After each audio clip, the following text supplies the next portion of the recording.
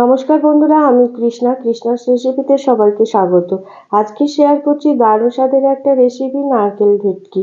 এই রেসিপিটা একবার খেলে এর স্বাদ মুখে লেগে থাকবে।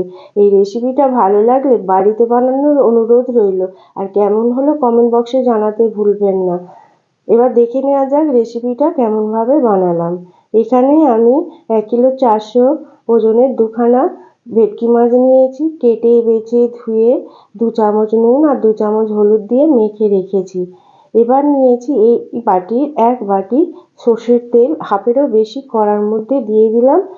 কড়া গরম হলে ওর মধ্যে মাছের টুকরোগুলো দিয়ে দিলাম ভাজার জন্য। একটু সময় নিয়ে উল্টে পাল্টে 2 পিঠ লাল লাল করে ভাজা হলে একটা প্লেটে তুলে রাখলাম। এই রকম ভাবে সমস্ত মাছগুলোকে আমি ভেজে নিলাম।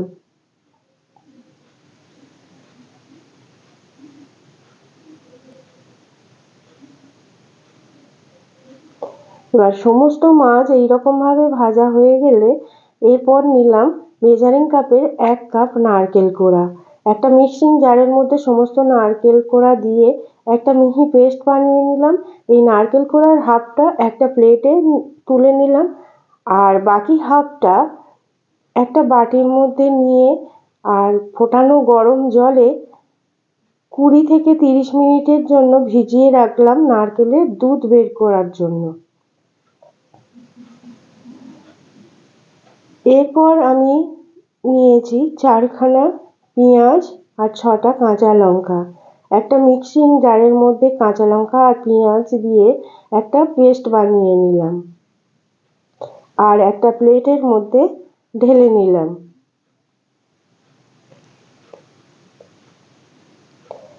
এরপর গ্যাসে কড়া বসিয়ে ওর মধ্যে বাকি তেলটা ঢেলে দিলাম, আর বেশ কিছুটা কারি পাতা ওই তেলের মধ্যে দিয়ে ভালো করে ভেজে তুলে রাখলাম।